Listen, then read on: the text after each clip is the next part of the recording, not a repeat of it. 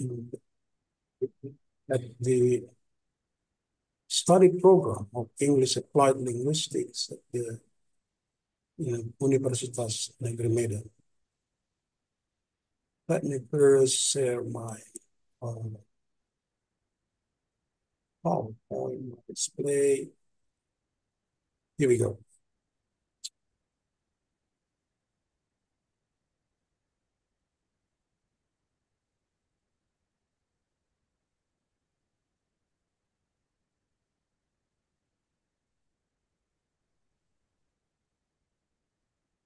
Basic knowledge of lecturer in the implementations of OBE curriculum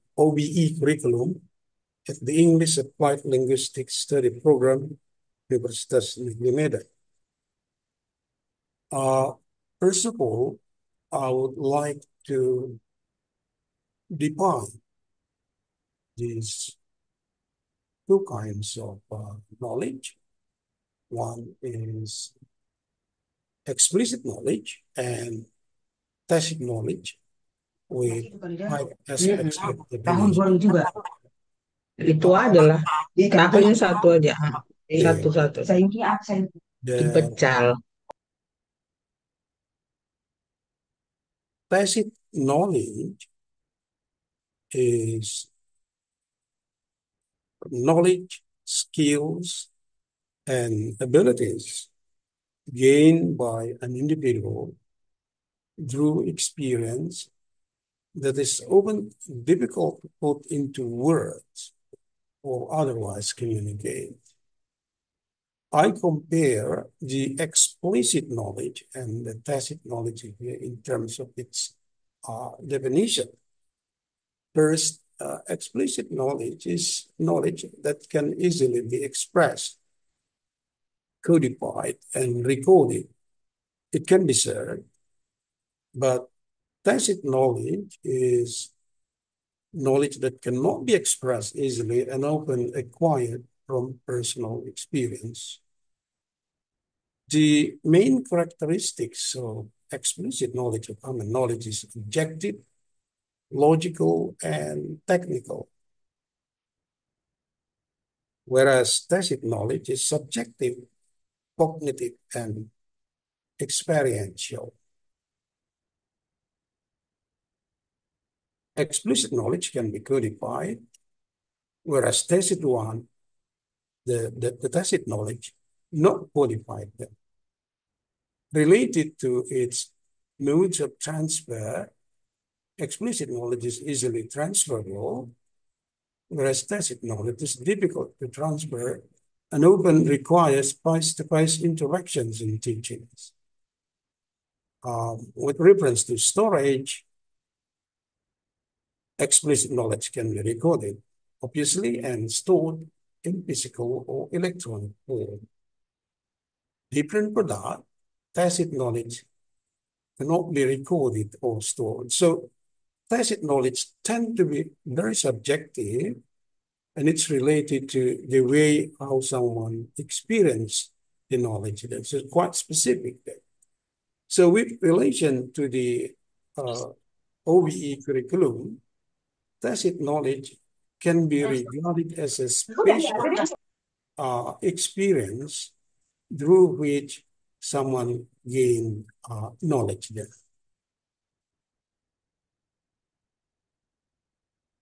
The benefit of capturing tacit knowledge is that it allows someone to learn from other experiences, because when sharing experience, someone solves the problem of knowledge gaps as one learns from other experience.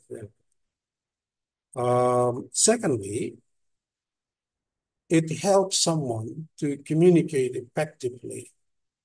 One cannot explain how one learned tacit knowledge.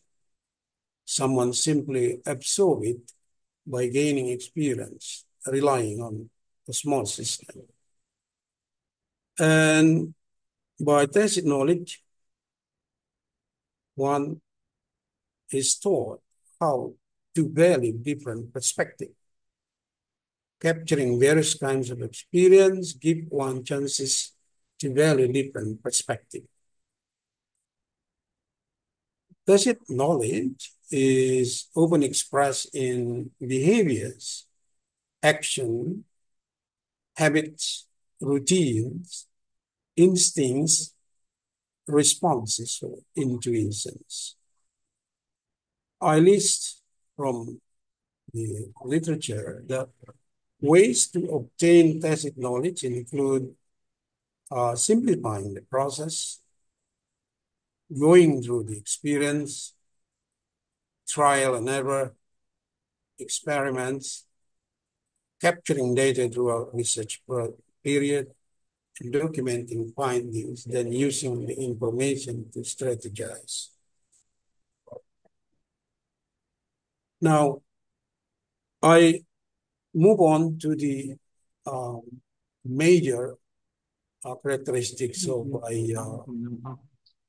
outcome-based education. Well, it is normally known that first it starts with the curriculum design, then on to teaching and learning methods, assessment, and continual quality improvement and monitoring. Strategies of OBE implementation at the UNIMED follows these procedures. We start from the tracer study, then on to graduate profile or graduate attribute, on to program learning outcomes or course learning outcome, then to materials and lectures structures, on to semester program or lesson plan and evaluation of OBE itself.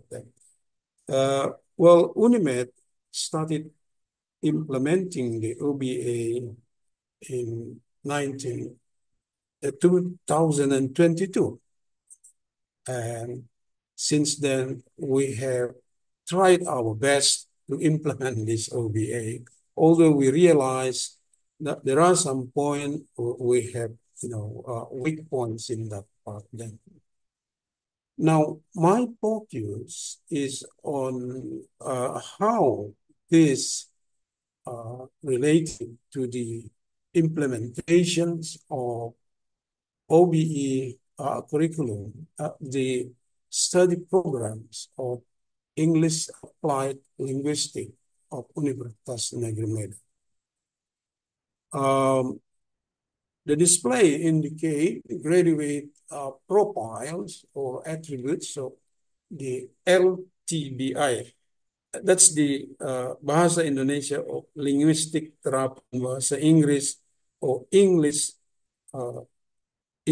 Applied Linguistics.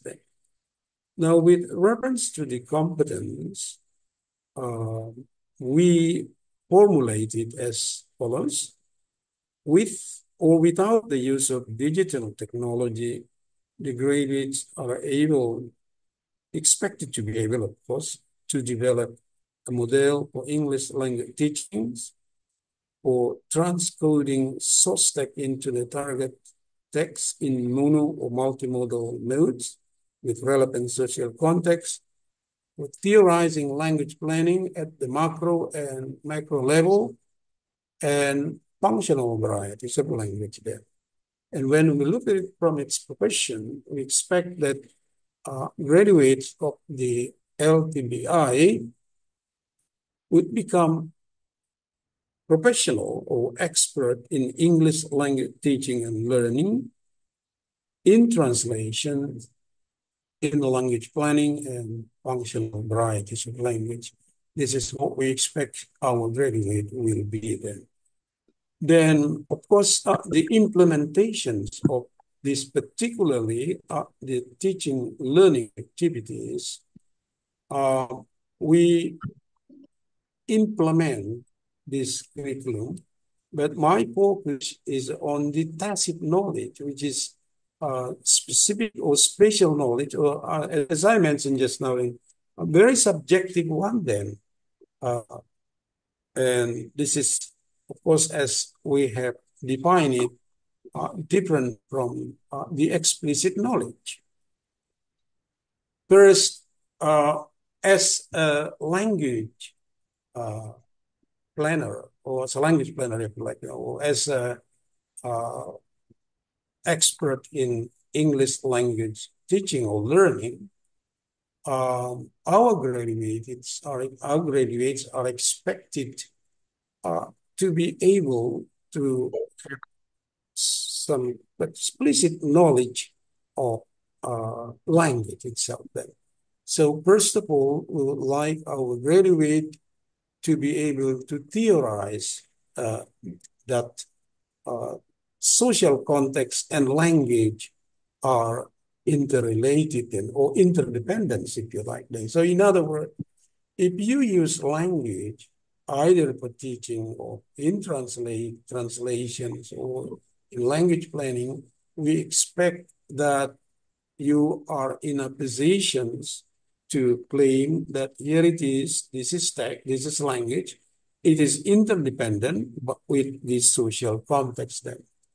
So the fact shows that, for example, well, the social context of Indonesia, I think most Asian people are very much dependent on the staple food of rice there. And of course, the social context of that rice will affect the use of language in Bahasa Indonesia, for example. And so more than 76 lexical items for rice in Bahasa Indonesia. And because that's very much depend on the staple food itself, and because we are very much depend on the staple food. However, English has only one there. And well, the interdependency of social context and text as expressions can also be observed by the fact that when someone is saying I text, that's construe the social context then. So, for example, when I say once upon a time, that means that I'm telling you a story or narrative. Similarly, if I say in the morning, it's partly cloudy, then it means that there's some sort of weather forecast. Okay. So that's the social context then. So you can write the question in the chat box, for example. That's indicate that is the webinar, for example. But that is explicit knowledge. Now, how is it the tacit knowledge? The tacit knowledge, this is our experience in teaching OBE. How do we teach our students to learn that there is interdependence between social context and text? Well, we have this sort of tacit knowledge. Just respond the question, does egg exist before chicken? Okay. Or does chicken exist before egg? That's very uncommon one then, and that's very subjective. So to indicate the interdependency of social context and text in the implementations of OBE curriculum, we use this tacit knowledge by responding to the question. So in that case, we will find it out that social context of language, social context spelling and text are interdependent in the way of like responding to the question. Which one exists first, chicken or eggs? So the question would be similar to that one then. Which one exists first, social context or text? And this tacit knowledge of the lecturer will has some sort of significance to the knowledge of the student.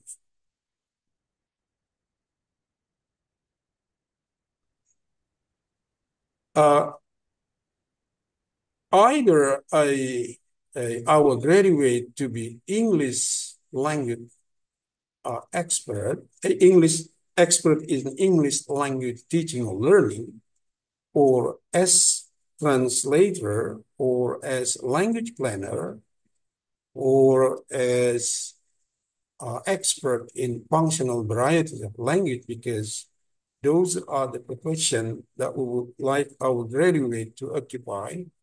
They are required to understand and to be skilled in finding out the relation between social context and the text itself.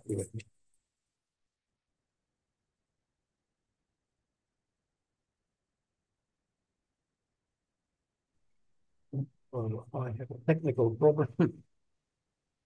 Yes. Secondly, in the field of English applied linguistics, we are faced to the denotative semiotics and the connotative semiotics. So explicit knowledge can have all this one then. What we mean by denotative semiotic is semiotics of language, where we have meaning, and that meaning is realized by expressions. And the connotative semiotic is one which has only meaning but not expression. So that is explicit knowledge. But what about the tacit knowledge? Well, based on our experience, that denotative semiotic is like a plant or like a human being or house owner. But there are parasite plant. We have ghost, we have tenant. These three things are unusual way or subjective knowledge of the lecturer to indicate denotative semiotic and connotative semiotic. So by using this tacit knowledge, our students, our postgraduate students, are in a positions to learn and add their specific information. Well, a plant obtain its nutrients from the under the ground. But there is another plant, which is a parasite plant, which takes its nutrients from another plant. So we can look at this, that a plant is a metaphor for denotative semiotic, and parasite plant is a metaphor for connotative semiotic. Similarly, normal human being consists of physical body or spirit or something like that one. Then.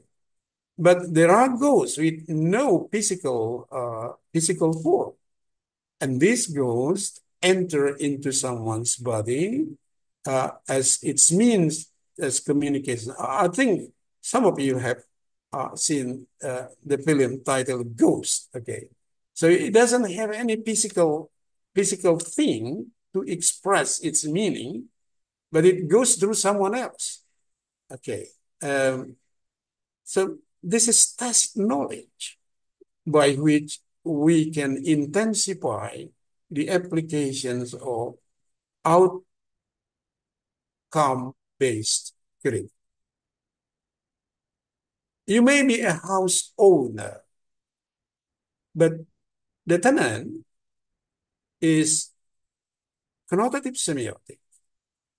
So in other words, this tacit knowledge are very effective in giving understanding for the student in the case of denotative semiotic and connotative semiotic.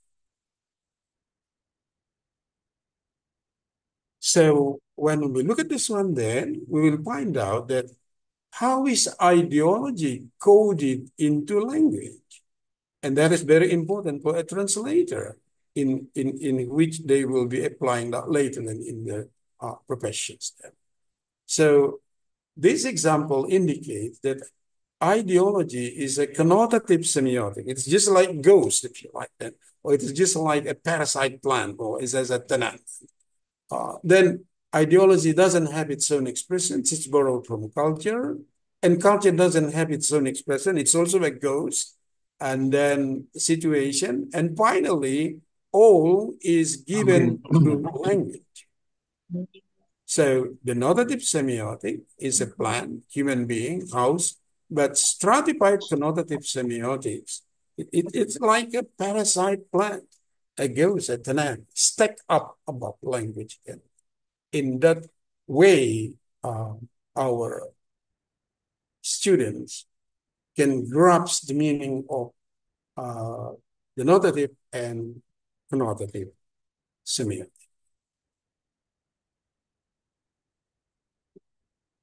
Now, we are also concerned with conversations.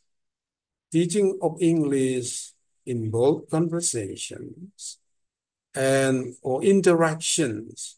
While we have explicit knowledge, this kind of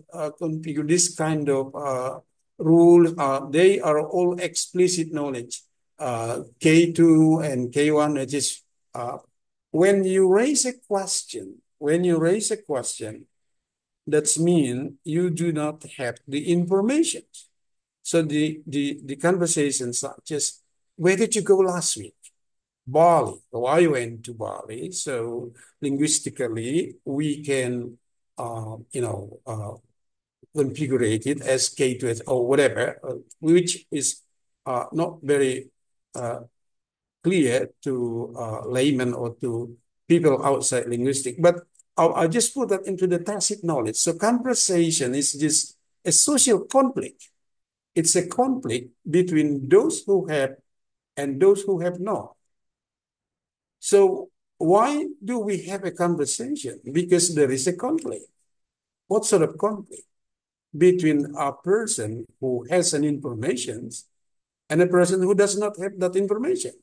A, for example, where did you go last week? He doesn't have the information. And that is the reason he asked the question.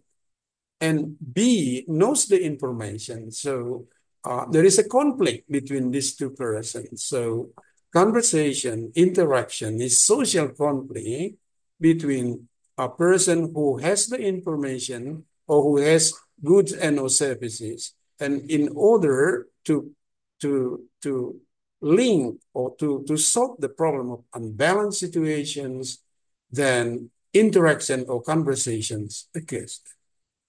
Again, this tacit knowledge will give an idea for our student to find out, so in a micro level, conversation in school or teaching conversation or learning conversation can be graded basically with reference to the tacit knowledge. So interactions occur because there is a conflict or social conflict between those who have and those who have not in a micro level.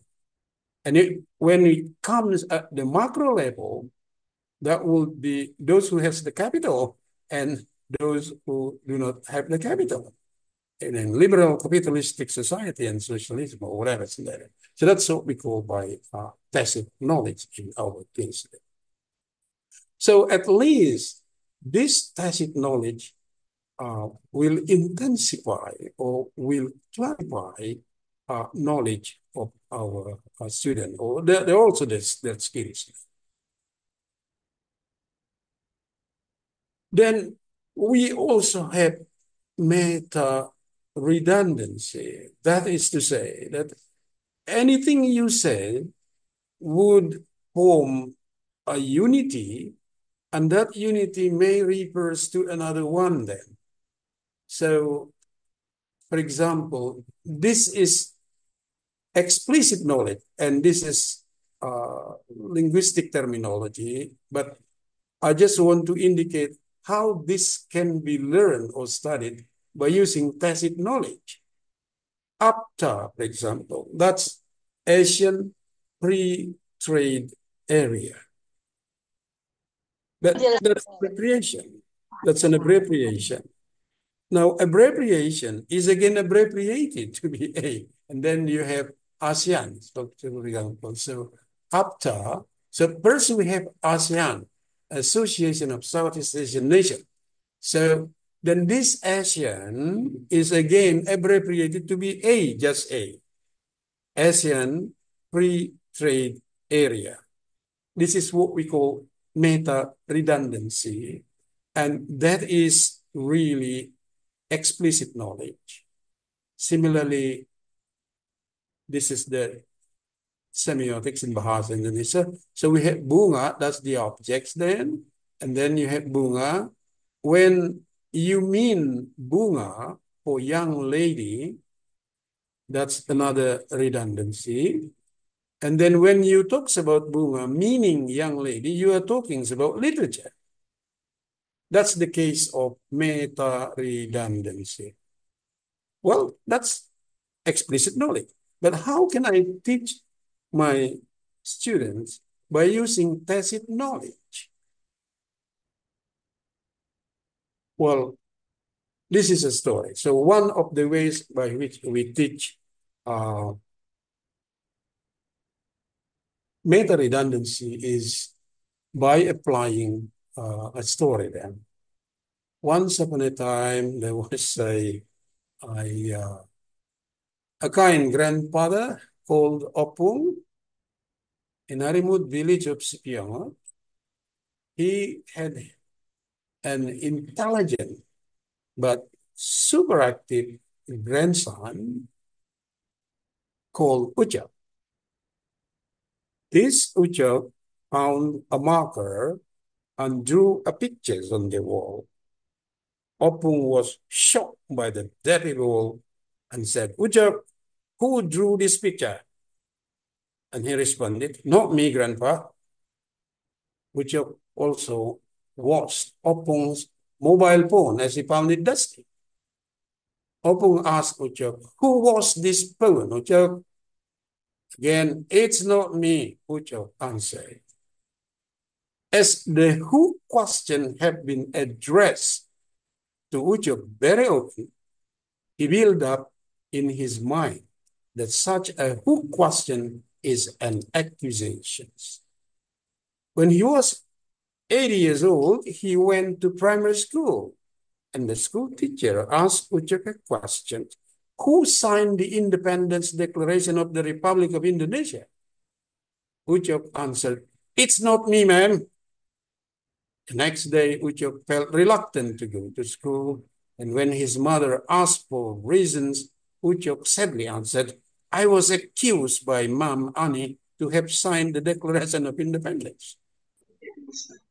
Now, it sounds, but the point is, we try to give tacit knowledge by which we are teaching in the meta-redundancy.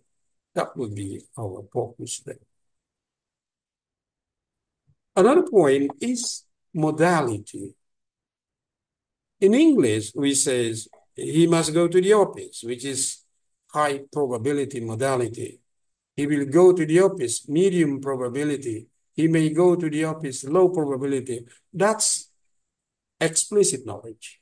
But how can we teach it? By using tacit knowledge of the lecturer. Well, misspelling, flavor. Modality is just like flavor or seasoning. You try to put some sort of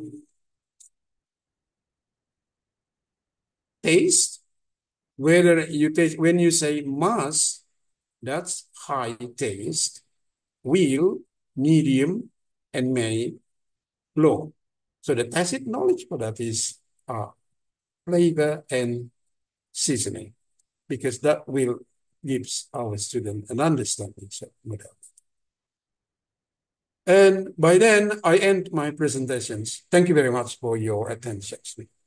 Thank you very much, Prof. Thank you, Amrin. Prof. It was really insightful, and I learned a lot from it, especially the differences between the tacit and also the explicit, and how the tacit benefits our students as a lecturers or as a teacher. So thank you very much for the explanation. All right. Ladies and gentlemen, next we will invite our second keynote speaker today from the University Malaya, Dr. Ng. Currently, Dr. Ng holds the position as Director of Academic Quality Assurance Division of Quality Management Enhancement Center of University of Malaya. He will deliver a topic, Tacit Knowledge of Lectures and the Implementation of OBE Curriculum. Baik, sebelum saya mengundang Dr. Ang untuk bergabung di screen ini, maka saya ingin mengingatkan Bapak Ibu sekalian, jika ada pertanyaan yang berkaitan dengan materi dari pemateri kita, baik dari Prof. Amrian maupun nanti Dr. Ang, silahkan dituliskan di kolom chat atau nanti bisa juga ditanyakan langsung pada saat sesi tanya jawab. Alright, to Dr. Ang, the screen is yours. Okay, thank you. Can you see my screen? Yes, already, Yes, sir. Doctor. Okay. I would like to thank Universitas Negeri Medan for inviting me again for the talk. I mean, 2 years ago, you all were at beginning. It seems that after 2 years, you are still very active. Also, Prof. Amrin, just now, very interesting talk. I heard about tacit and all those things. Okay, so I will just be going on more on the OBE. Okay, 1 minute. Okay, I will share the screen soon. Okay, so 1 minute, let me share. Okay, so I'll start my presentation now. Okay, I was given a topic, exploring tacit knowledge of lecturers in the implementation of OBE curriculum. So I will share my experience and from my perspective of what it is happening. Okay.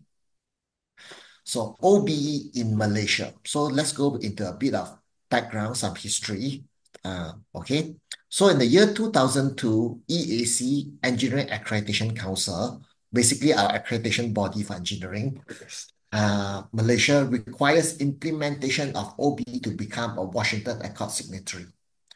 So for engineering, we are aware of the OBE in 2002. Before that, there was no OBE. Sorry, I need to switch off another meeting. Okay, sorry. Okay, I'm having another meeting as well. That one just about to end, so I just switch it off. Okay, so we began our OBE implementation in year 2002. By 2006, we reached full cycle, and 2010, we are considered mature. So we just do it. We know what to do really. So, but at 2010, the formation of Malaysian Qualification Agency, MQA, and stated that the requirement of implementation of OBE.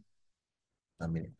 Okay, so for the other programs, they started in 2010, but a lot of people are not doing anything. Okay, so if you come to UM, you visit us, you realize, hey, how come things don't really happen yet? They only begin to do OBE in around 2019, although we have some OBE things earlier, but only 2019 looks like it.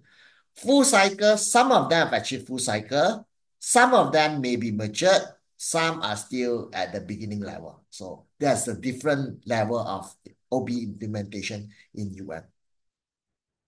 Okay, OBE implementation profile. Okay, so over here, I got a very interesting paper by Harden 2007.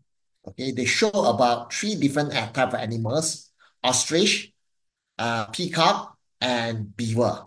The ostrich does nothing. The peacock seems like doing, and the beaver is eagerly doing. I'm not sure which one you are, but for us in UM, there is a few beaver, quite a number of peacocks, some ostriches around. Okay, but ostrich is going to go extinct because somehow they're going to force to become peacock at least. Okay, so in that paper, these are considered the implementation profile: statement of learning outcomes, communication with staff student, educational strategies, learning opportunities, course content, student progression, assessment, education environment, and student selection. But I rephrase it into this. Sorry, because the screen is okay. I rephrase it into this. Okay. So for into different components. Okay. For you can see ostrich does nothing. For peacock, learning outcomes, they're very strong in it, but the others they hardly do. Beaver does everything. Okay. Let me go through them one by one. Learning outcomes, PO and PLO formulation and display. Quite a number of people, when they talk about PEO, okay, they know that it's something to be measured 3 to 5 years after graduation. PLO is something to be achieved at the time of graduation. So what do? They write whatever they feel like writing. That's one approach.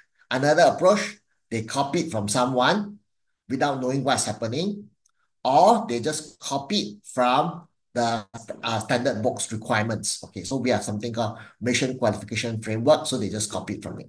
Some of them do that. But all those, if you do that, yes, it seems like you're doing it, seem like doing, it's a peacock, but is it really doing it? Like we talk about tacit knowledge, okay.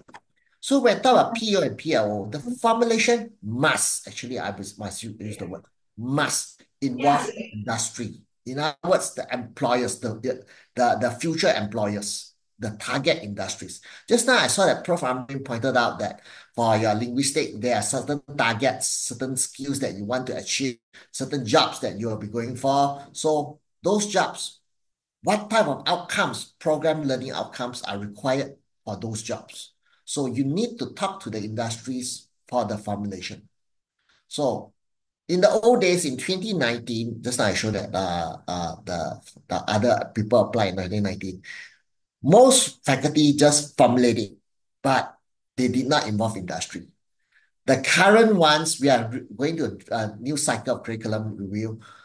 They are more aware of the requirements of the input from stakeholders, the industries for the formulation of the learning outcomes. So now they are invited for the formulation. Next one is having the POs and PLOs is not just, it's not the end. You need to display it for other people to be aware that it existed, they can go and achieve it together. So if you were to, when I first joined this quality center back in 2019, I couldn't find any PEOs and PLOs from any faculty except engineering, of course, because engineering was started much earlier. It's impossible to find. When you go to that place, okay, just now I mentioned about the research. I remember they are talking about research where you send out survey files where there are 50 old respondents. Okay, my data comes from accreditation visit. So when we visit people, we ask questions and we get feedbacks, okay? So from there, display is not seen, okay? Earlier on, not seen. Nowadays, you can find it. But when you find it, it is still hidden inside the program book. Basically, PO and PLO is basically the vision and mission. It can be considered vision and mission of your program. So it must be prominently displayed. Okay, maybe they print out some posters and put it up. It should be when people visit the website for the program, it should be one of the first things that people see when for the learning outcomes. So peacocks are very smart. They know how to do all these things. They make sure that they look as if they're doing it. That's why they're very high. Beavers is of course good. UM System Layer. Some of them you can find it, but it needs some effort. Okay, some are prominently displayed, but quite a number you can find it, but it needs effort. Okay, so I put a 4 there. Okay, another thing that's very important in implementation is the constructive alignment, the course outcome, the teaching, and assessment. So a lot of people formulate course outcomes based on their expertise. In other words, they think that, okay, this is the course I'm teaching. I want them to know this knowledge, and they just formulate it. Okay, when you formulate the course outcomes, it must support the program outcomes. Okay. So occasionally when they look at what the students should learn, they they sort of ignore the program outcomes. So the course outcomes may be not really constructively aligned to program outcomes. The teaching and assessment. Most of our lecturers, OBE is introduced, let's say in year 2000, okay, 2010 in Malaysia. Okay, for your case is Indonesia, for you, your university is 2022. So the first batch of graduate may come in 2026. They probably need, for the other people, for the other lecturers, you're probably went through the old way. You all felt that most lecturers will feel this. We have been taught this way. Okay, it works well for me. Why don't I use the same approach for my students? Okay, however, the teaching and assessment method that was once is perfectly acceptable in old days may not be constructively aligned to the PLOs. Okay, so these things needs to be taken note of. Next, we have OBE philosophy. Okay, I put in OBE philosophy, the learning opportunity student progression.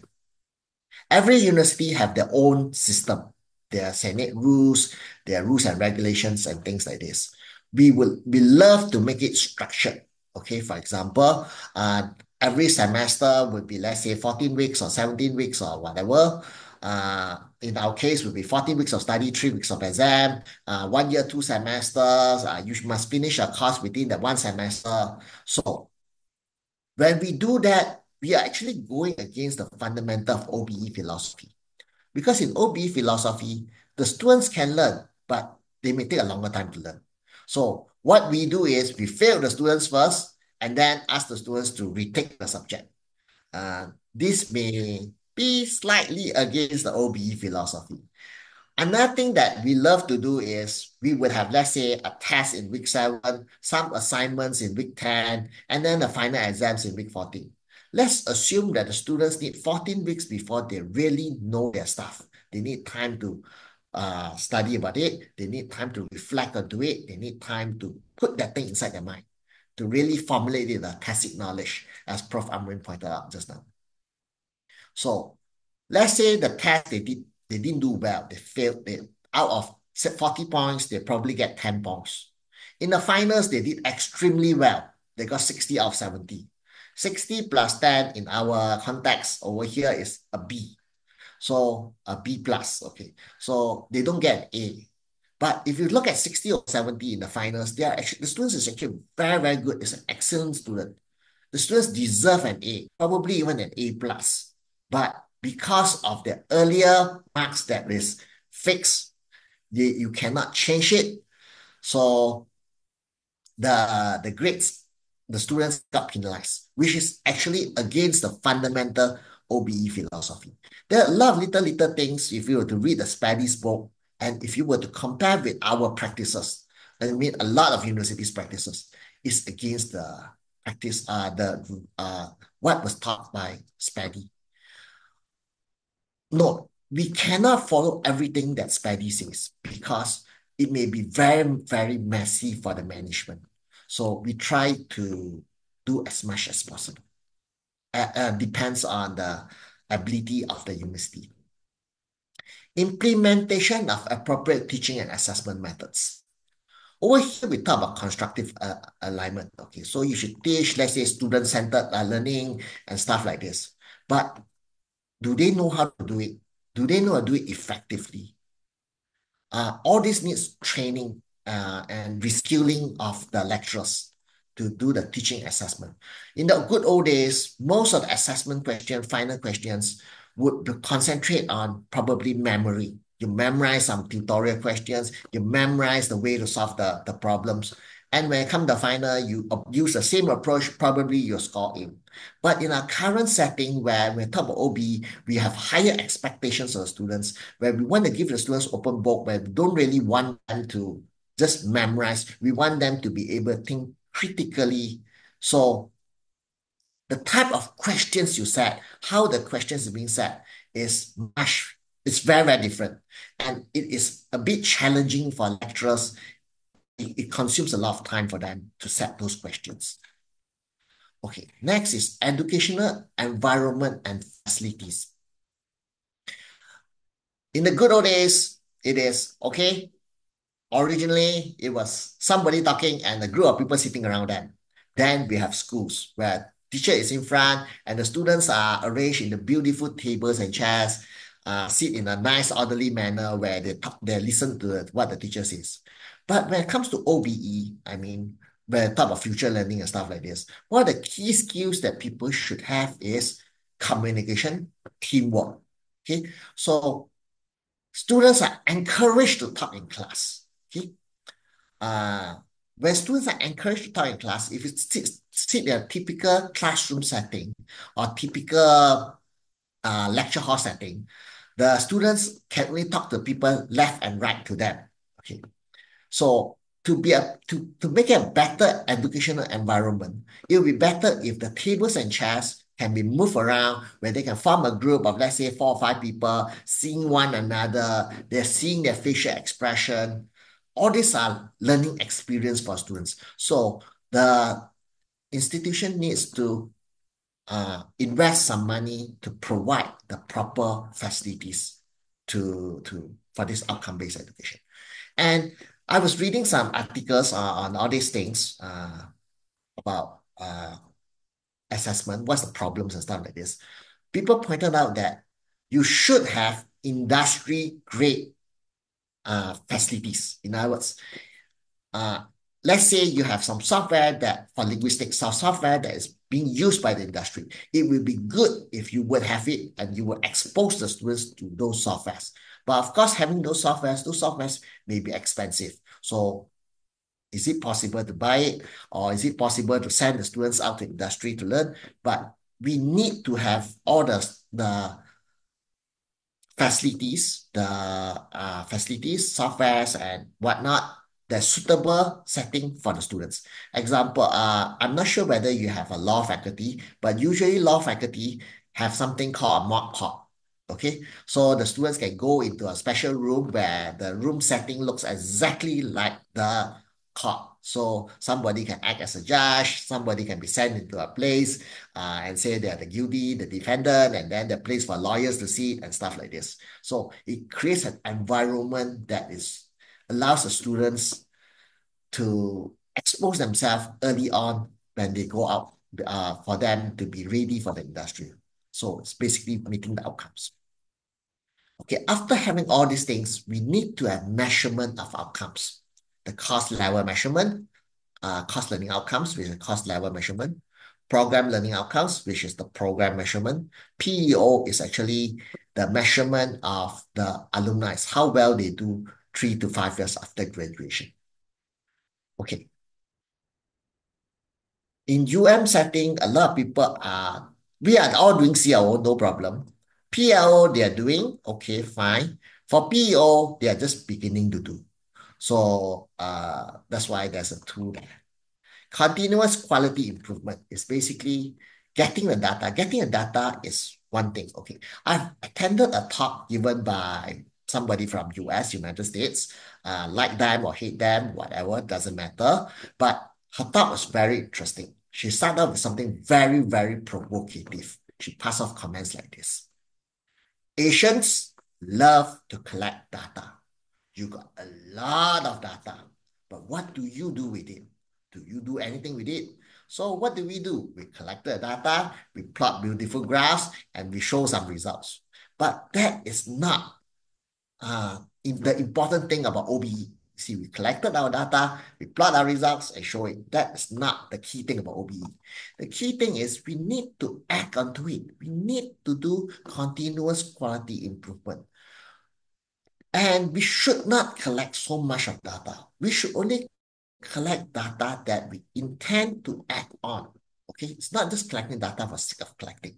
Collect some data, meaningful data, quality data, and we intend to act onto it for improvement.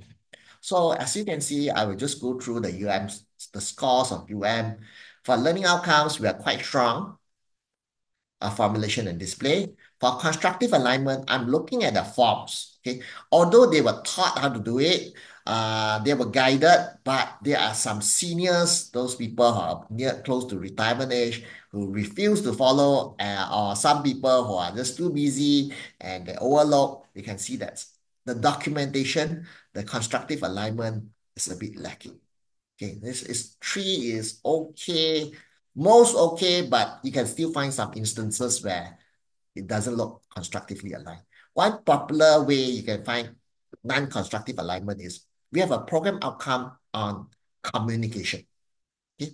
And it is tested in exam. Note, for linguistics, it's probably definitely fine for you to have communication in exam. Okay. But let's say it's some other program like engineering, and you test communication exam.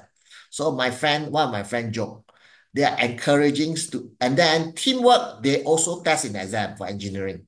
So my friend joke and pass the comment. They're encouraging students to to work together during exam by using creative communication methods. Or if you want to use a very blunt word, we are encouraging the students to copy. Okay, so those are not constructively aligned, but sometimes the lecturers are not aware, so this needs to be changed. The OBE philosophy, we have some old rules that have existed all these years. Certain things we couldn't change, just couldn't change. That's why, although OBE philosophy, I think it may not be a one. We follow a lot of things about OBE, yes, but some of the philosophy, like giving a second chance to upgrade the marks. Let's say test they failed, they should be given. Let's say they did very well in the finals, the test maybe can be ignored, whatever. All those we don't have. That's why they got a 1 there. Implementation of appropriate teaching and assessment methods. Okay. In general, a lot of lecturers, we have training, and the lecturers, most of them knows how to do it, but some are just too busy. They're too busy at 10 trainings. They have other things to do. And that's why it's a 3. Educational environment and facilities. Okay. We spend quite a lot of money creating special rooms, the cubes, where the tables and chairs are movable to allow the students to meet up. We have industry panels to come, we send students to industry visits, and we buy some good equipment for the students to use. Measurement of outcomes, CLO, PLO, and PEOs. Okay, because as I pointed out just now, most faculty programs did not measure PEOs. That's why they are number 2. Continuous quality improvement. I've seen a lot of documents. They show me a lot of data, but what did they do to improve? It's not clear. So I put a 2 there. Okay, next. When I got this topic, tacit understanding, I was like, what to do? And Dr. Isli gave me a list of questions. He asked me to look at it. Ada bisa speaker ini enggak? And I attempt to reworded the questions, and I give some scales and I pass some comments. Okay, so we can see how things are. The OBE curriculum of all the programs are suitable for achieving the university's vision and mission. Okay, I will give a scale of 5 because if the curriculum does not achieve the vision and mission of our university, it would have been rejected. So we have a vetting system to make sure that it meets our requirement, vision and mission. So due to that, and that is also accreditation requirements. So I would say that we are quite strong in it.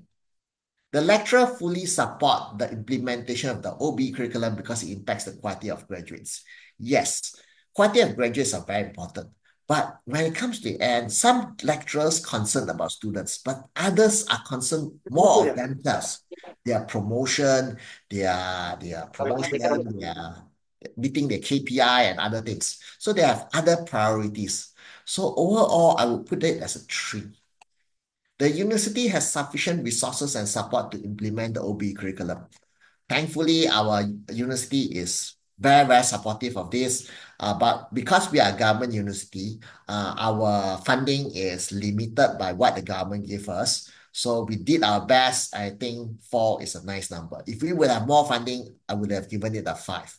Some of our initiatives, we have Cube. Cube is a special room where we have multiple projectors and the tables and chairs are all movable. So students can form groups for discussion. They can sit in a lecture hall when the lecture hall setting, shift in the lecture hall setting when the lecturer is presenting and things like this. We introduced something called blended learning, using blended learning. This is actually a ministry initiative. So this allows the students to learn at their own pace. Okay, so we uploaded materials. We allow the students to test their own selves. So blended learning is basically let's say 30% of the course. We have 14 weeks. Let's say 5 weeks would be the students are learning on their own. They can post questions and the lecturers will answer it. Okay, so with the 5 weeks, we have something called student-centered learning. They can learn anytime, any place, with any device. Okay, and then we have something called edX training. edX actually a center, no longer exists, but we give training to lecturers on how to give support in the implementation of the OBE curriculum. So they train the lecturers to give support. Okay, this is the learning management system. The university has organized systems in place to support the implementation of the OBE curriculum. Okay. As I pointed out earlier, there's a lot of old rules that may not fulfill the OBE curriculum. But if something can be changed to better meet the OBE requirements, we are actually quite active to update our policies and system to meet this OBE curriculum. The lecturers experience difficulties integrating their teaching practices with the principles of OBE curriculum. Yes, this is a negative statement. The higher you have, the worse it is. So it's quite high. So there's a changing paradigm. It is not so easy like as in the good old days where the exam questions, the style of teaching is I talk, you listen. It's so simple. We can plan everything. But nowadays, the students, we are facilitating the students to learn. And students may occasionally ask certain questions that is certainly out of the box. Or certain things, certain special things may come up. You know, it's not within our control. So the lecturers, yes, it is not so straightforward to implement the OBE curriculum. So there are difficulties, but we are doing our best to overcome it. So yes, we are doing it, but there are difficulties. Yes. The lecturers have the competence and capability to implement OBE curriculum in the courses they teach. So they are being given training, but training has been provided, but how many of them attended training? How many of them take the effort to go for the training? After going for training, how many of them really implement it? But of course, here's just to talk about competence, capability to implement. So training has been provided. But some people did not attend training, or they may just attend training, sit down there, listen to it, but they didn't do anything to implement it. Okay. Lecturers have a clear understanding of why OBE is used as the primary curriculum in higher education. This is a 5. Because of MQA requirements, Malaysian Qualification Agency requirements. So all our programs needs to go for accreditation, and they say that OBE must be implemented. So during briefing, we give a lot of briefing to all the lecturers in the whole university, so they are aware why OBE must be used. And for new lecturers joining the university, we have an induction. And induction, we will also tell them why OBEs must be implemented. Lecturers have the competence to choose and apply effective teaching strategies to implement the OBE curriculum in lectures. It's a 3. Young lecturers followed training. Okay, the senior ones it's up to their own initiative to follow or not. Lecturers formulate the learning outcomes based on the program outcomes and the graduate profile of the study program. Okay. Yes, this is very, very, very important to ensure constructive alignment. But I give a 3 because during curriculum review, some of the lecturers are working in silos. So they are not aware of certain things. So it may when they formulate the learning outcomes, it may not be based on the program outcomes.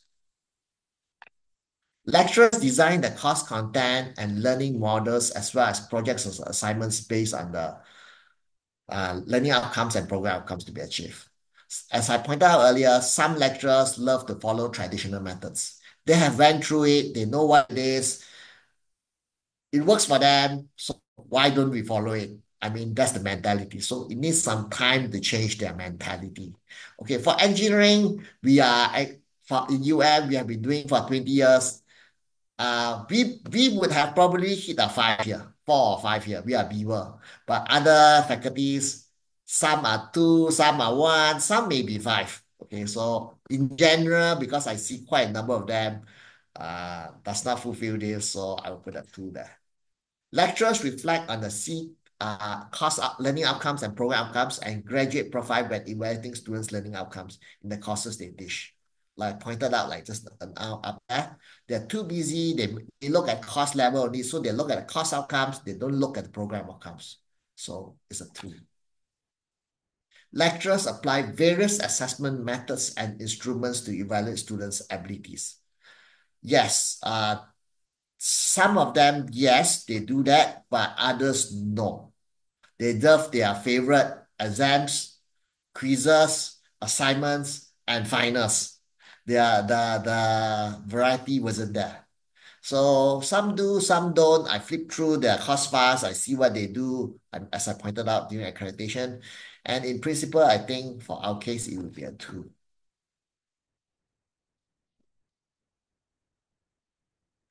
Okay. Let's look at issues in implementing OBE, the lecturer's perspective. Of course, there's a lot of problems when it comes to implementing OBE. I'm sure the lecturers from Universitas Negeri Medan knows about it. Yeah, went through it for 2 years. I hope that the experience was fun. I know it's challenging, but over here, I'm just only talking about a lecturer's perspective, okay? Because we're talking about lecturer's tacit understanding. So basically, when we implement OBE, there's a paradigm shift. The curriculum forward design goes to backward design. In the good old days, the lecturer says that, okay, I know I learned about this course. It has always been taught in this manner. Everybody does that. Fine, I will follow exactly the same thing. But when it comes to OBE, then we have a backward design. Yes, that course taught in your way is good. It's fantastic, but it's not suitable for our current national context because different countries have different needs. And if you were to produce graduates for certain skills and things like this, for your industries, for your target, you may need to change certain things. And all these things, the lecturers needs to be aware. In other words, they need to change things according to your needs. The teaching methods, classical methods to student-centered learning.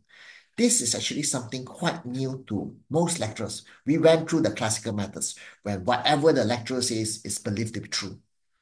Okay? Whether it's true or not doesn't matter. Just follow it, copy everything down.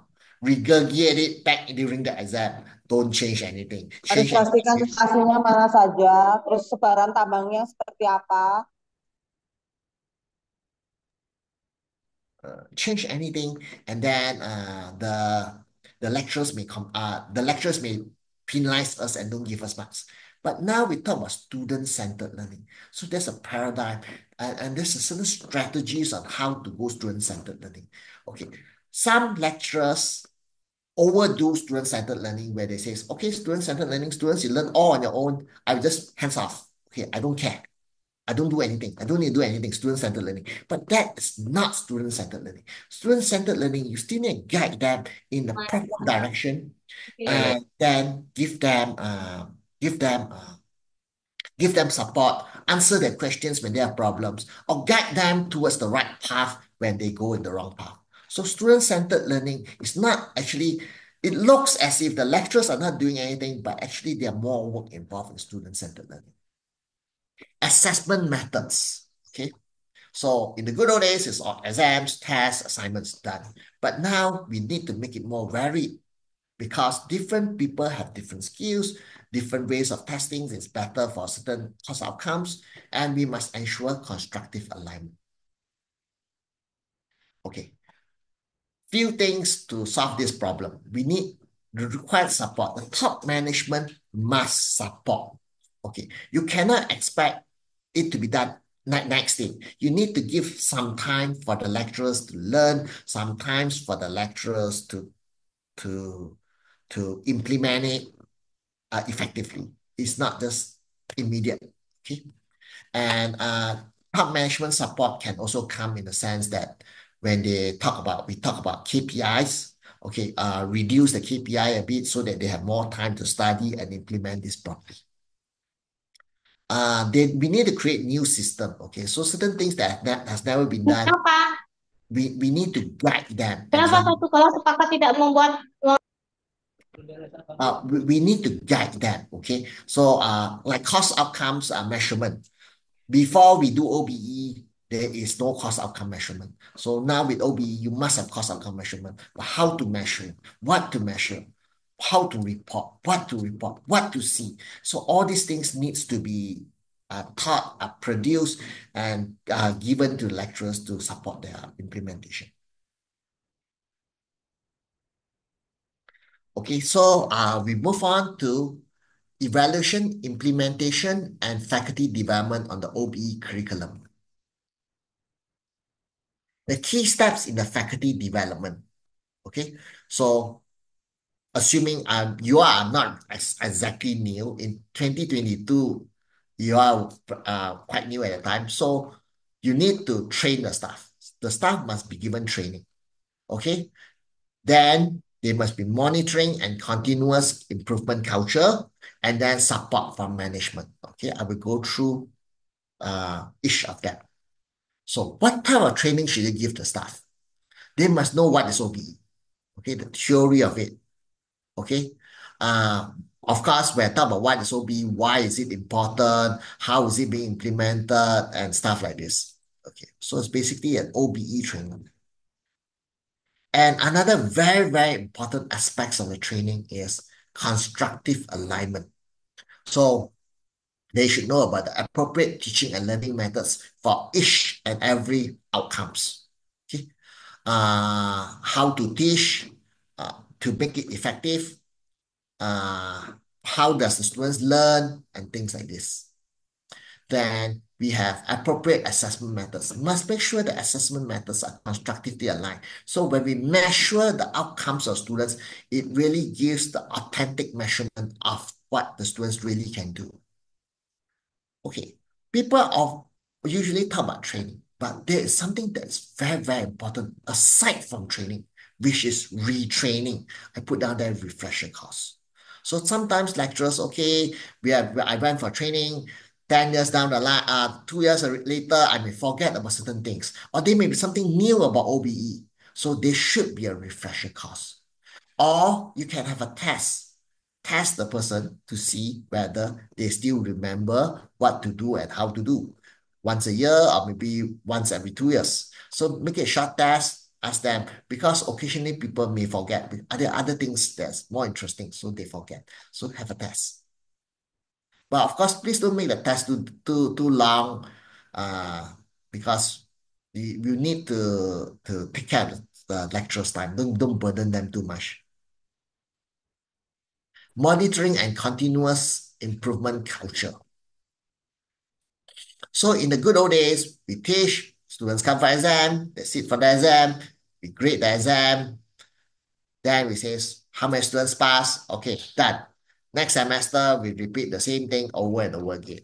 But when it comes to OBE, monitoring and continuous improvement culture is very, very important.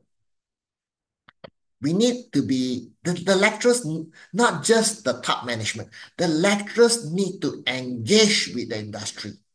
In other words, you must get to know the industry. Maybe the program owner, the faculty can organize a meet the industry session. The industry says, okay, we are doing it this way. There's a new software. We are looking into it. Let's say ChatGPT is going to be used. It's going to be implemented. This is how we implement it, to make the lecturers aware of what is happening to the industry. And they can embed it into their teaching. Okay, in the UN perspective, our Vice Chancellor gave the instruction, the Deputy Vice Chancellor gave the instruction, okay, university instruction, which is all courses must have at least one to two courses where the industry will come and teach. So the student, then the lecturer, teach the students, so the students are more aware of what's happening in the industry. And the lecturers can go and listen and see how it will relate to their courses. And then we have the CLO achievement monitoring.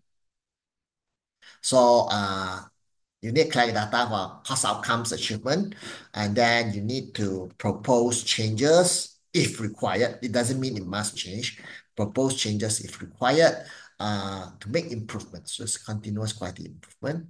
And we have a PLO achievement monitoring. So we want to monitor the program outcomes and also program educational objectives. So everything we need to collect some data, we need to analyze it. So this will improve the course, this will improve the program. This will actually improve the program by checking how our alumni is doing. Okay, support from management. This is very, very important because staff wants to go for training. You need money. You need time off. So the management must give the proper training for the staff. They must provide it. I mean, hire someone to give the training. They must give the staff time off to go for training. The management needs to provide facilities for OBE implementation. Yes, the lecturers are all very skillful. You know what to do, you know how to teach and stuff like this. But you still need the facilities. If you don't have the facilities, it is very, very challenging to implement it. And of course, provide tangible motivation. When you have something new initiative, it is good to give motivation to people to do it. So KPI requirements. So let's say you say, okay, let them have some key performance index. So let them have some benefits from doing this thing. So our key message is this. We can look at all students can learn, but not on the same day in the same way. This is extracted from S.Pd's book. We can reword it as all lecturers can implement OBE, but not on the same day in the same way. So I believe that some of your lecturers, I mean among you all, are having difficulty. No worries. With the whole spirit of OBE, yes, you may take it a bit longer.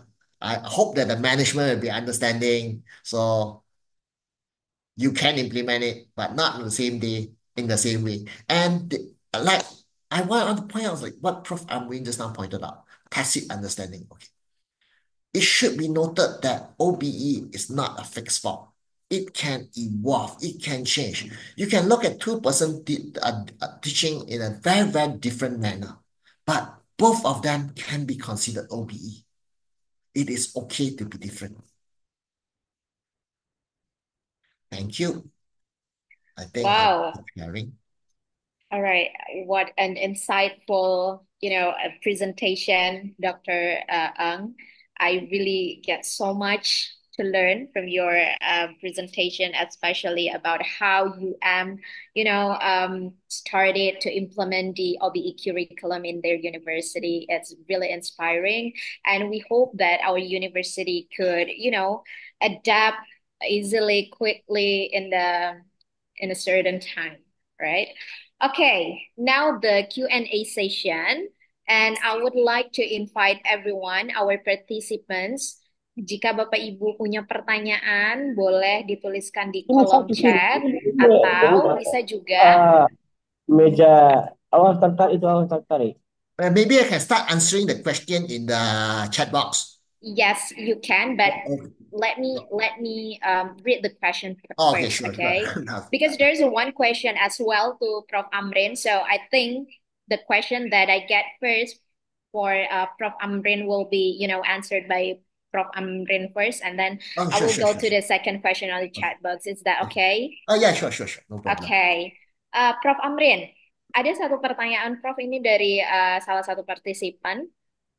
bertanya bahwa as you have mentioned about the tacit knowledge and its importance, in order to, plan the learning process, the teaching process, but how can as new lectures and also that just, join the university, the Universitas Negeri Medan, they can develop their own tacit knowledge in order to support the successful implementation of OBE in our university? That is the question. Right. Knowledge and normally knowledge propels skills, and this skill later lead to attitude. That's what happened. So how can you get this tacit knowledge? Of course, through observations and also through the data. That will be the main process. Thank you. All right, so it would be on observation. Yeah. Berarti semakin dosen-dosen baru ini bisa beradaptasi, bisa mengobservasi gitu ya Prof ya, terkait dengan implementasi kurikulum OBE yang ada di prodinya atau ada di programnya, maka akan semakin cepat juga bisa membangun tacit knowledge-nya itu gitu ya Prof ya. Ya, anak manusia akan tertarik dengan hal yang aneh-aneh. Ya, jadi itu biasa terjadi di dalam kehidupan kita. Oke. Thank you, Prof. Amrin sudah menjawab pertanyaan dari salah satu partisipan. Okay, now for Dr. Eng, it's from Rosita, Universitas Pendidikan Indonesia. She asked that, does MQA become the basis of step-by-step guidance in implementing OBE in all Malaysian university? What are other sources or references for University in Malaysia to adopt and implement the OBE in their curriculum development? May you please answer, Dr. Eng? Thank you for the question. Okay, I will answer it one by one. Okay, does MQA become the basis of step-by-step guidance in implementing OBE in all Malaysian university? I would say that in the earlier documentation of MQA, they only have one sentence on OBE. It says implement OBE. They didn't say much about anything else.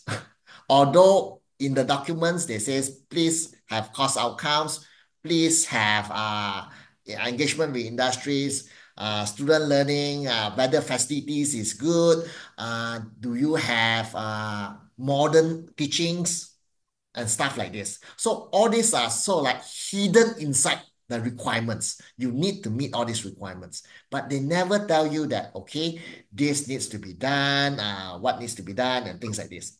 For OBE implementation, in other words, it is stated, please do this, along with other things, but you didn't know this were for OBE. Okay. I would like to share something about engineering. Okay. We started in 2002. Okay. In engineering, they started off with something like this. When they go for accreditation, up until 2006, they pass a comment like this. Please have your program outcomes. Please show that you have some measurement of program outcomes. Please show that your program outcomes are displayed. Clear? So very clearly, they tell you what needs to be done. Okay? So these are minimal. As time goes by, they pass comments like this. Nope, your program outcomes must have significant input from the industry. Your program outcomes must be measured, and you must do your CQI. Enough evolution. In other words, they look at it as time goes by, it becomes stricter and stricter. So if you were to follow through the engineering, you can see the guidelines there. But if you were to look at MQA right now, it will be that last time there was nothing. It was hidden somewhere in the clauses. Now they just expect you to do it. Okay. Okay, so that will be MQA. There's no basis of step-by-step guidance. There's no, but they just expect you to do it now. Okay, and they're tightening the screw now. Earlier on, the question they just pass those general questions. Now they'll be asking questions like those good old days. They ask, do you have outcomes? That was the requirement. Okay, now, although the question is still the same, but the marking script, they changed the marking script. The marking script is, Did you involve industry? Was it published? Did you take any action? And things like this. So they changed the marking script. Question is still the same. Okay, next. What are another sources or references for university in Malaysia to adopt and implement the OBE in their curriculum development? Okay, when I talk about this OBE, our sources will be from the training that we went for. Okay, one of the core training that it comes from engineering. One of the core training would be we had training from a guy, Professor Felder. He's a chemical engineer by training. He wrote a very good book that is used by everybody as a reference. Chemical engineering, first year course, they would definitely use this book, those good old days around the world. And he moved on, and one fine day he says that, I want to study education. Okay, so he becomes an engineering education expert. He wrote a lot of articles. He wrote books on how to implement OBE. So that will be one source that we follow a lot. And then, of course, there are a lot of people training. There are a lot of other experts as well, training on OBE implementation. So there are multiple sources. Okay. Other sources or references. Okay. So it wasn't a single place. So we learned from a lot of different places. Okay. Does that answer the question?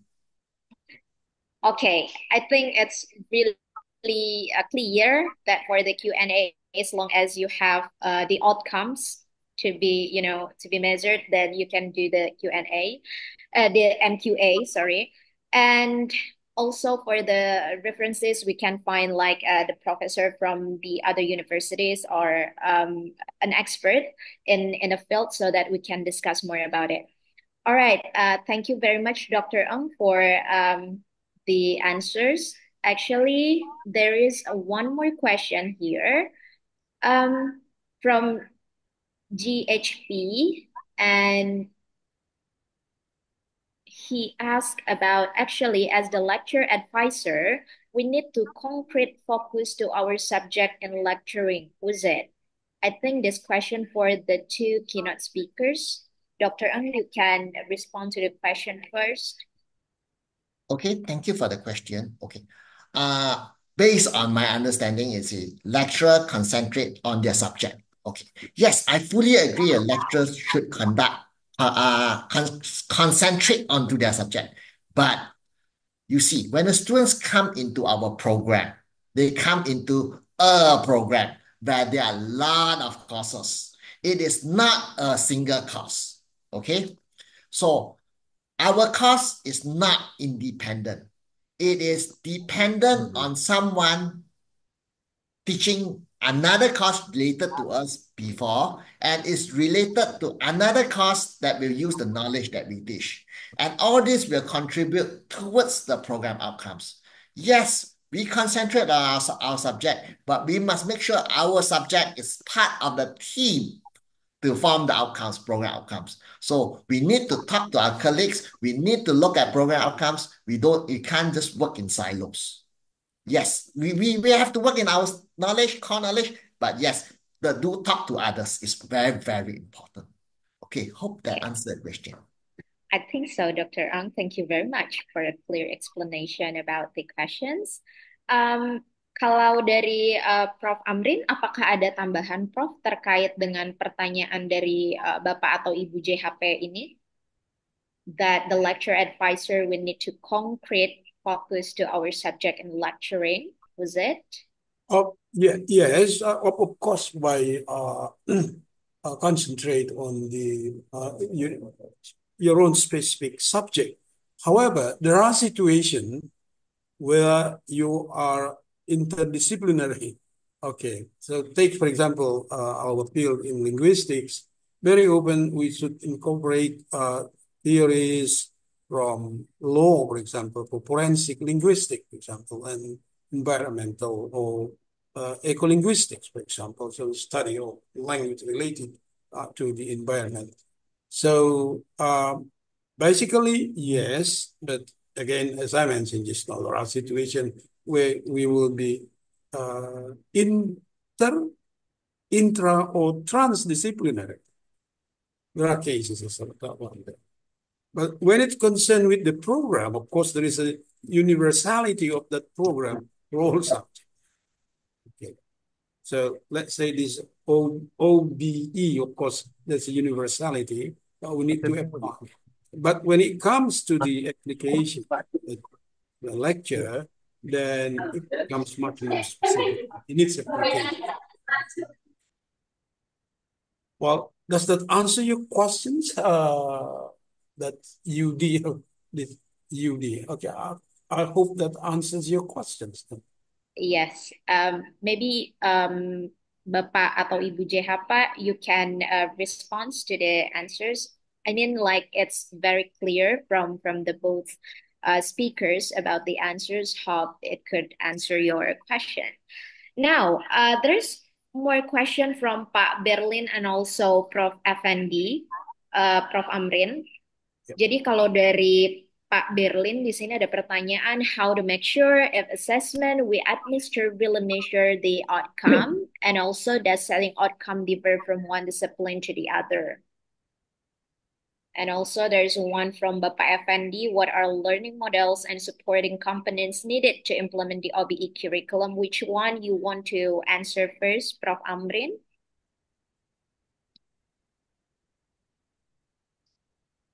Well, let me take Professor Berlin questions.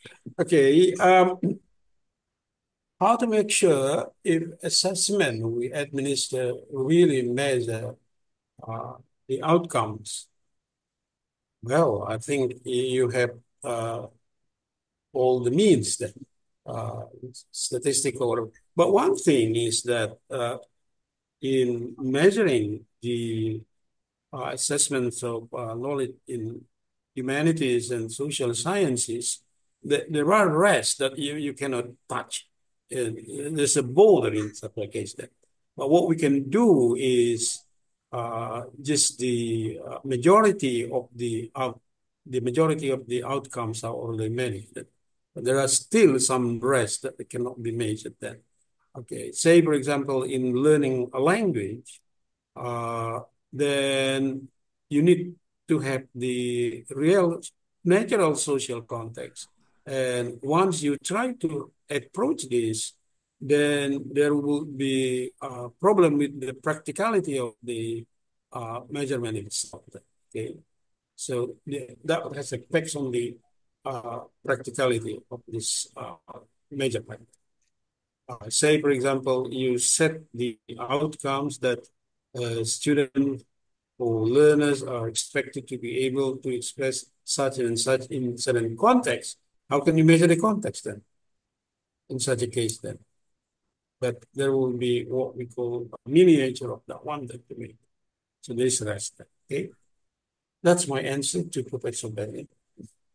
All right, Professor Berlin, bagaimana Pak? Apakah jawaban dari Prof. Amrin is answering your questions? Can I add a bit? Okay, yes, I would Yes, like you to can. listen to Dr. Okay. First thing, how to make sure if assessment we administer really measure the outcomes. Okay, let's talk about two different approaches. Okay, individual lecture approach or departmental approach. Individual lecture approach is you yourself think what is right. Sit and figure it out yourself. A bit painful. What you think is right, your colleague may not think is right. If an outsider were to look at it, they may think that it looks really, really strange. Another approach would be the departmental approach. In other words, let's say you have a program. So the program, you sit together with a few colleagues. You don't need everybody from the department. A few colleagues, you sit together. Maybe the coordinators with a few top senior people who are very well versed in this assessment and things like this. You sit together, you discuss. For these outcomes, we think these are suitable. For that outcomes, we think that is suitable. Because your program outcomes, there's only, let's say, 10 or 11. So your course outcomes is tied to the program outcomes. So they develop a list of possible assessment for each and every program outcomes. When you have a course outcomes, you go tag to it, pull out from there. Okay, so there are two approaches. Okay, so individual or team. Okay.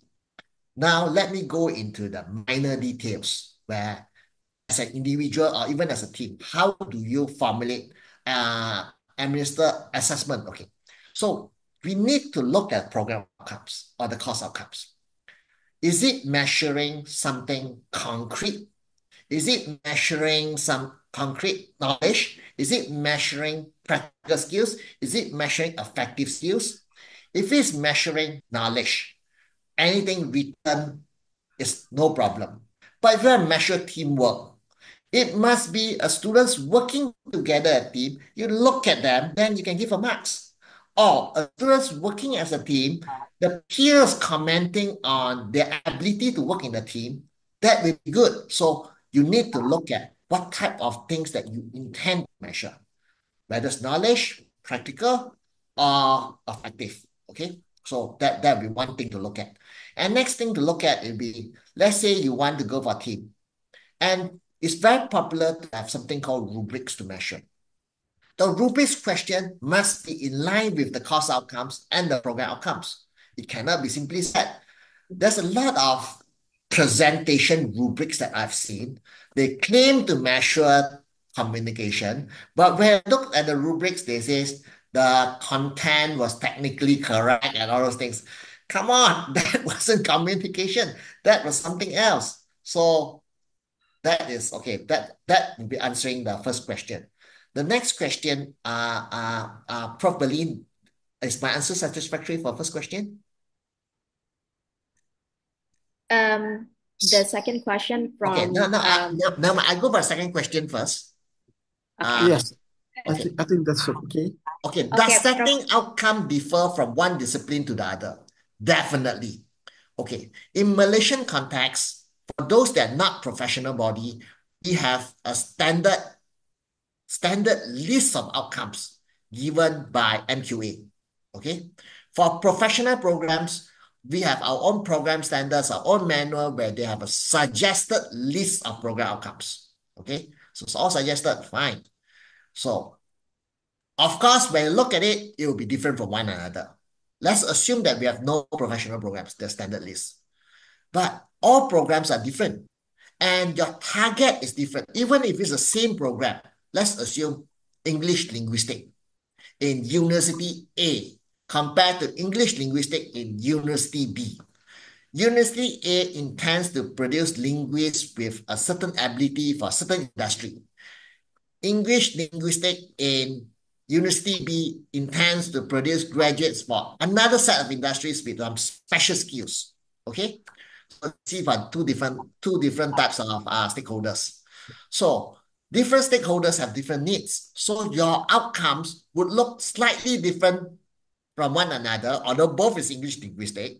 And at the same time, the teaching method, the assessment method, and the way to formulate the curriculum would be very, very different as well. So it's not going to be the same. I remember years ago in engineering, where a lot of people says, hey, engineering gives a list of outcomes. Why don't we follow it? The expert passed this comment. We are not producing robots.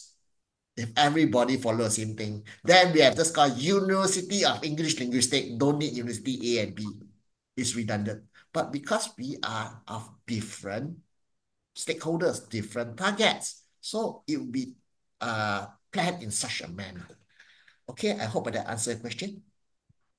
Can I say something? Hello. Yes, please. Yes, please, Prof. Berlin. Well, my second questions and the first and the second questions probably in the context of the teaching language. I send another question, the third question, like for example, in teaching procedure tags about making a cake to students, for example. So what is the outcome? Is it the productions of the cake or something dealing with the text itself? That might be make the first and the second questions more concrete by letting you know the third questions. Okay, thank you. Okay, Prof. Berlin, I am not a linguistic. I don't clearly understand that thing. I cannot comment on that thing. So maybe Prof. Amrin can try to answer that question. Yes, Prof. Amrin, you have any answers Oh, for Prof. yes. Berlin question? Okay. You're talking about procedure text. Then, of course, the result would be procedure text. Oh, okay. Because there are two things now. First is procedure text. Well, it has its own rules in the house of you.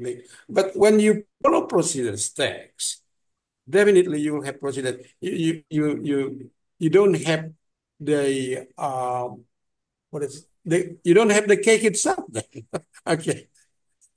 So it's just a funny question to me. You follow the procedures of a procedure text, eventually you will have the procedure text.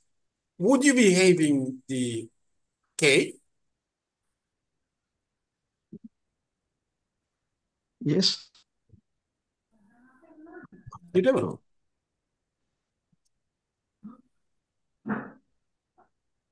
The point, properly? Yes, this is what is going on in our senior high school nowadays. Okay. Yeah. When they teach the students the procedure tags, and then they assess whether the procedure text has already been achieved. So there is some misconceptions in the defining in definition or in defining the outcome itself. Yeah. So when they show cake and the cake is delicious and so on, they think that they have already achieved the outcome. But in fact, the outcome is not the product, even though in the concepts OBE, uh, enabling the students to do something, enabling the students to do something. So we organize everything in our curriculum and in our teachings, and also we identify competencies and skills in order to be able to do something. So enabling process. So in this case, this is misinterpreted by the most of our uh, teachers that having finished making the cake and then the procedure tax is already achieved, and because they believe this is probably because of the misconceptions of the definitions of outcome in language teaching and the definitions of outcome in terms of making cake. So you see, if the cake itself is become the outcome, so later our students become uh, cake maker, something like that. They sell cake later. They do not. They cannot speak English. This is what I mean to say.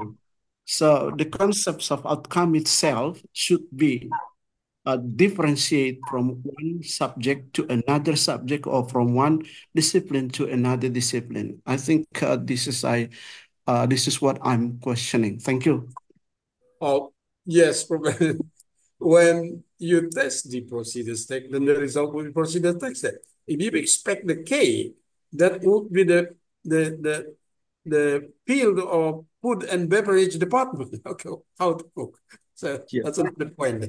So food and beverage department study program that in at the university we have home economic and that is the study program for making cake then. Yeah. Okay, so what we are having at the linguistic is to create this procedures text there. Okay, so that's the point then. They put the text correctly then. That's my point. Thank you. Thank you, Prof. Amrin, for clarifying that. Prof. Berlin, bagaimana? Apakah masih ada pertanyaan atau sudah? That's okay. Thank you. Okay, thank you, Prof. Berlin, for the questions. And now I would like to invite Profesor Dr. Effendi Napitupulu. Prof, izin, boleh bertanya secara langsung kepada keynote speakers kita terkait pertanyaan Prof yang sudah ditulis pada kolom chat. Silakan, Prof. Okay, thank you. I asked to Mr. Chang, yes. about what are the learning models and supporting components needed to implement the OBE curriculum. So there are, is it possible to do this in a form of collaboration, both across study programs and the work of work? Thank you, Ms. Isli. All Thank you. right. Thank you. So maybe I try to answer first. Okay. Okay. Yes. Thank you, Prof. Effendi, for the question. Okay. I'm reading from the text now. All lecturers can implement OBE in all subjects? The answer, a short answer will be yes, but let me explain a bit more so everybody understand. When it Okay. comes to OBE, outcome-based education, it's not a single course. We talk about the whole program. So when it comes to the whole program, usually the industry will come or stakeholders will come to tell us what type of outcomes they want. So we formulate the outcomes first. So it comes up with the outcomes first. After outcomes first, then the lecturers, everybody sit down there and look at the outcomes and think, how are we going to achieve these outcomes? Okay. What should we teach? What should we assess? So then they start distributing. Okay, you should teach this, you should teach that, and so on and so forth. So basically, everyone is contributing towards the outcome-based education. Nobody is not contributing, but of course, different people may contribute in a different manner. I try to give some example in engineering. I hope you don't mind. So we have some theoretical courses. This one will help with the knowledge. We have some practical labs. This will help out with the program outcomes on practical knowledge. So everybody do their part and everybody collectively turn the person into an engineer. Same with your case. Okay, so it can be applied for all models, whether you have in industry, part-time or whatever, all can be implemented. So, but of course, the implementation may be slightly different. But key thing is outcomes. I make it very simple. What OBE is outcomes based on stakeholders. We discuss, put it out. Then everybody work together to determine what to teach, how to teach, what to assess, and everybody work together to help the students to achieve outcomes. That's it. I think I only remember that question. Maybe Prof. Amrin want to add on. Prof. Effendi, have I answered your question? That's it. Okay. Thank Is you. there anything else I need to answer? That's it. Okay. Thank you. Okay, thank you. Yes. Okay, thank you, Prof. Effendi, for the question. Prof. Amrin, do you have any thoughts about the question? Well, I think it has been sufficiently answered by Dr. Ahmad. All right. All right. So I think it's going to be our last question for today. It's from Professor Neklan Simbolon. Prof. Neklan. Thank you very much for this time. My question is, are all lectures can implement OBE in all subjects in university? What kind of learning models relevant to implement OBE? Thank you very much, Doctor. Sorry, Dek Nina. I have question to Prof. Amrin. Maybe Okay. that slips. Yeah. Okay, Prof. Retno. I have Please, posed Prof. before. I have posing Sure, before Prof. to Yeah. Prof. Amrin. Yes. Okay, I will give you the chance to ask the question to Prof. Amrin later after Prof. Neklan, okay? Okay, thank you. Okay. Dr. Ong, maybe you can respond to Prof. Neklan question first. I think just now the answer will be same like Prof. Effendi because for all courses, it is, like what I said just earlier, you can implement it, but you ask one question about what kind of learning model relevant to implement OBE. I must admit that I am not from education field. I believe quite a number of you are from the education field and you're very familiar with learning models and things like this. Maybe this question I would like to pass to Prof. Amri to answer. Thank you very much. Thank you very much, Dr. Eng. Yes, there are a learning model which is pertinent to one discipline or field of studies there. And the point is, because this learning is relative to the objectives that you're going to achieve then. Okay.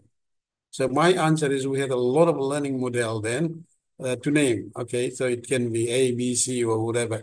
And I think every month we produce learning model, in our learning model at the doctoral study program here at the UNIMED then. Okay, so I will answer it. What are really you want to achieve and the elements of that sort of achievement? So there are models which are pertinent and related to the branch of studies. There are far away from that one. Okay. So I cannot be more specific because there are so many learning models. It's just like a flu medicines, we have a lot in the market. Okay. That's my answer. Thank you very much from Prof. Amrin and Dr. Eng. Thank you very much, Nina. You're welcome. You're most welcome, Prof. Neklan, and also Dr. Eng and Prof. Amrin. All right, Bu Retno, you may ask your questions to the speakers. Okay, thank you, Nina. To Prof. Amrin, I have mentioned before we have abilities that mean combine between skill and knowledge. But I see your presentation just now. There is three competence, maybe knowledge, skill, and abilities. Maybe there is difference Okay. between science and language. Can you explain? Thank you. So the point is knowledge, skills, and attitude. I think these three elements are related to one another then. So knowledge becomes the basis. Once you propel this, then it becomes skills then. And skills eventually lead to attitude. That's what you are doing in teaching. I see. But when you are assessing or when you evaluate someone achievement, you will start from the other way around, from aptitude and then on to skills and finally to knowledge then. So these three things are in there then.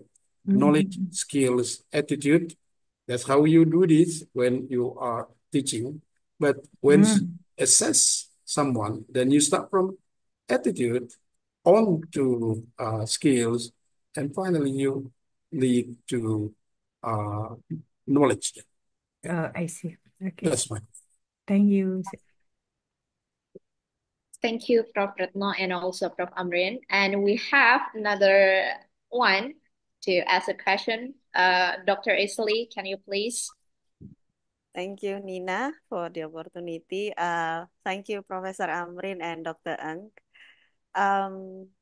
Dr. Eng, I think you mentioned something about communication previously in your presentation.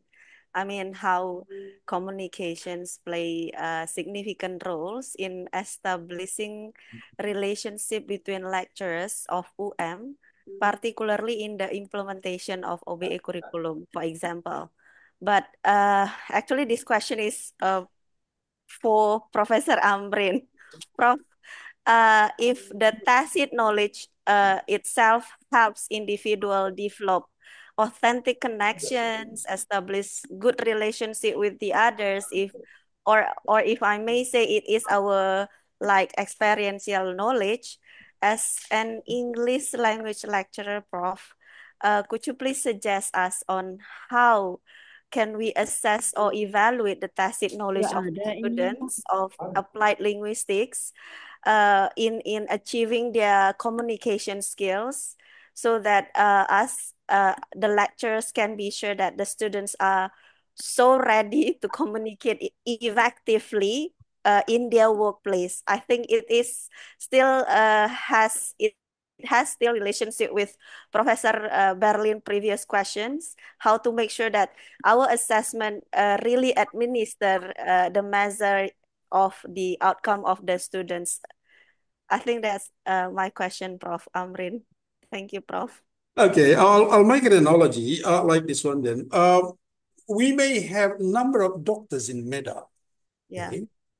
But you go to one that you are accustomed to then. And well, someone is saying that this physician, this doctor is expert in so and so then. But you visit the doctor and eventually you find out that not him. Okay. But the one which a common doctor, okay, it makes sense to you and you get healed. So there is some sort of tacit knowledge by the doctor himself. Let me give you my experience when I evaluate one student. We have 15 sessions, 16 sessions. Okay? Session 1 up to 15. Then at the end of my session, the lecture, at the end of the lecture, I tried to make all my lecture mistaken, and student protest to my presentations. Then I know those who protest, I can judge that they know the things. Then, but those who do not, well, they just they don't have any attention to my lecture at all. Then that is tacit knowledge of lecturer. Then. Rather than having so and so test or whatever, then I just make wrong presentations of my lecture. Who protests to that? Then I know, these students attend my classes. Then sort of tacit. So it's very subjective indeed. Then experiential and subjective, and it has a specific case or trademark of lecture, if you like that. So this here it is the trademark of our professor, things like that one. Does it answer you, Isli? Yes, Prof. Thank you. Maybe I can add in a bit for the Dr. Isli's question. Please. Okay, so we're talking about communication and things like this. People love to put this thing, able to communicate with the public at large. It's very standard. You can see program outcomes like this. But usually the students are just presenting inside the class to their classmates.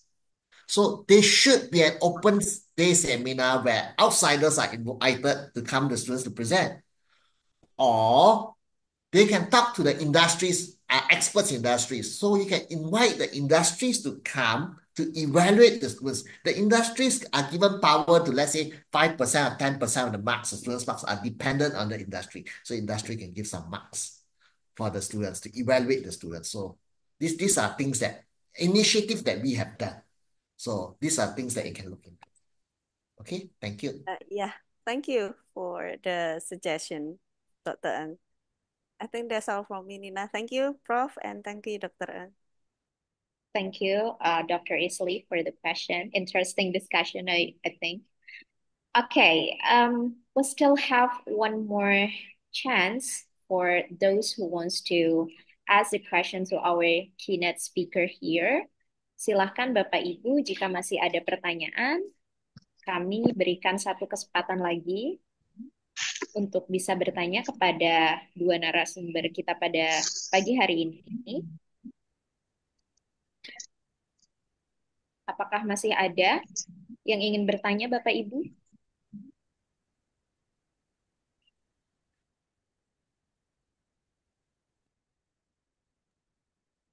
Oke, sepertinya sudah tidak ada pertanyaan lagi ya Bapak Ibu ya. Izin menyampaikan dari panitia bahwa setelah acara ini selesai, Bapak Ibu dapat mendapatkan sertifikat.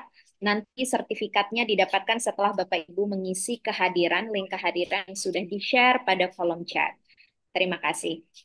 Alright, everyone, it's the end of our main event. Thank you very much to Dr. Ong and also Prof. Amrin to giving a fruitful explanation about the tacit knowledge and the implementation of OBE curriculum. And also, ladies and gentlemen, we have reached the end of our event today. Hopefully, we can gain many benefits and insightful pieces of knowledge from all of our speakers. I'm Nina. I would like to sign off. Thank you for your attention and participation. We'll see you again next time. Thank you very much, Dr. Ng, and also Prof. Amrin, Thank you, to Dr. speak in our Hope event. seeing you face to Thank face you all. sometimes in the Thank future. you. Bye. Okay, Thank thank you. you. Thank you for the hot Thank Bye. you. Terima session. kasih Bapak Ibu peserta.